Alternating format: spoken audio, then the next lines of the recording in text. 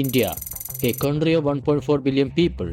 Today, it's also the world's largest democracy and one of the fastest growing economies on earth.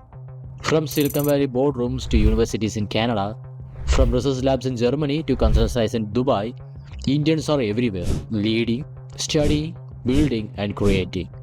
And yet, scroll through social media and you will notice something strange. Negative comments, mockery, open hostility, jokes that sting, posts that accuse. It feels as though in recent years, resentment towards Indians has been growing louder. But why? Why would people hate a community that contributes so much to the world? The truth is complex, and today we are going to uncover the story behind this growing perception. Is the world really starting to hate Indians? Or is this just another case of stereotypes spreading faster than reality? For a long time, India was portrayed in the global imagination as poor, chaotic, or mystical. But in the last few decades, that story has been rewritten. Indian CEOs like Sundar Pichai at Google and Satya Nadella at Microsoft lead the biggest companies in the world. Indian doctors, engineers, and IT professionals form the backbone of many industries abroad. Indian movies and Indian cuisine have gone global. And with the space missions like Chandrayaan 3, India has proven it's not just catching up, it's competing at the very top. This visibility should be a source of pride, and it is. But here's the thing, the more visible you are, the more you get scrutinized, and the more successful you are, the more you risk being resented. Indians are one of the largest migrant groups in the world. From the US and Canada to the UK, Australia, and the Gulf states, migration brings diversity, talent, and cultural richness. But it also brings competition for jobs, housing, and resources. Take Canada for example. In 2023, nearly 40% of all international students there were Indian. That's an astonishing number. For Canada, it meant billions of dollars in tuition and economic contribution. But for locals, it also meant overcrowded neighborhoods, rising rents, and competition in job markets. Some accused Indian colleges of exploiting students with false promises. And when tensions escalated, like after the killing of Sikh leader Hardeep Singh Nijjar, which caused a diplomatic clash between India and Canada, resentment turned personal, targeting ordinary Indian students and workers. Similar stories play out in Australia, where Indian students are sometimes jammed into unsafe housing or take up low-wage jobs illegally. Locals see this as stereotypes of Indians as desperate or exploitative group.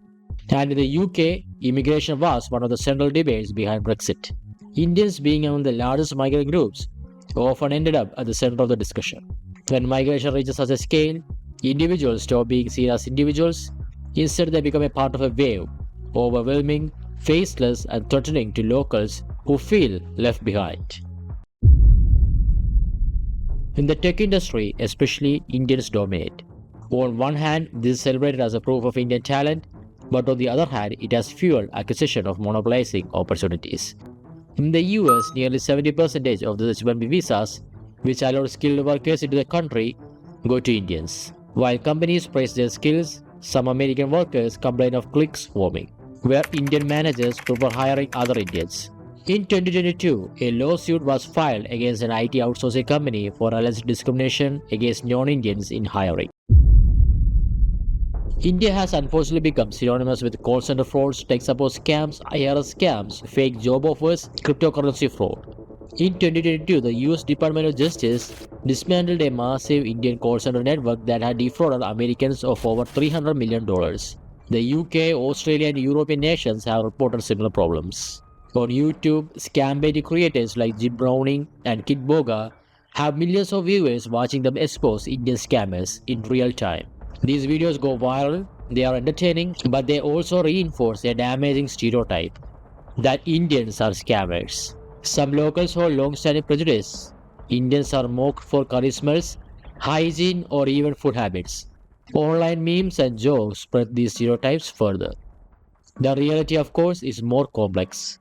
The vast majority of Indians are hardworking and honest, and Indians themselves are often victims. A 2023 Microsoft study found that 70% of Indian internet users had been targeted by scams. But in a digital world, perception is shaped by headlines. Every scam story that makes the news adds fuel to the fire. And slowly, people stop seeing it as a crime of a few and start assuming it's a culture. India's relationship with its neighbors are tense. Pakistan has long-standing hostility due to wars and the Kashmir conflict. China sees India as a rival for power and influence.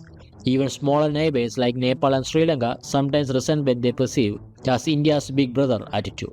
In Africa, Indian origin traders have dominated business networks for over a century. While many thrive, this dominance sometimes created resentment.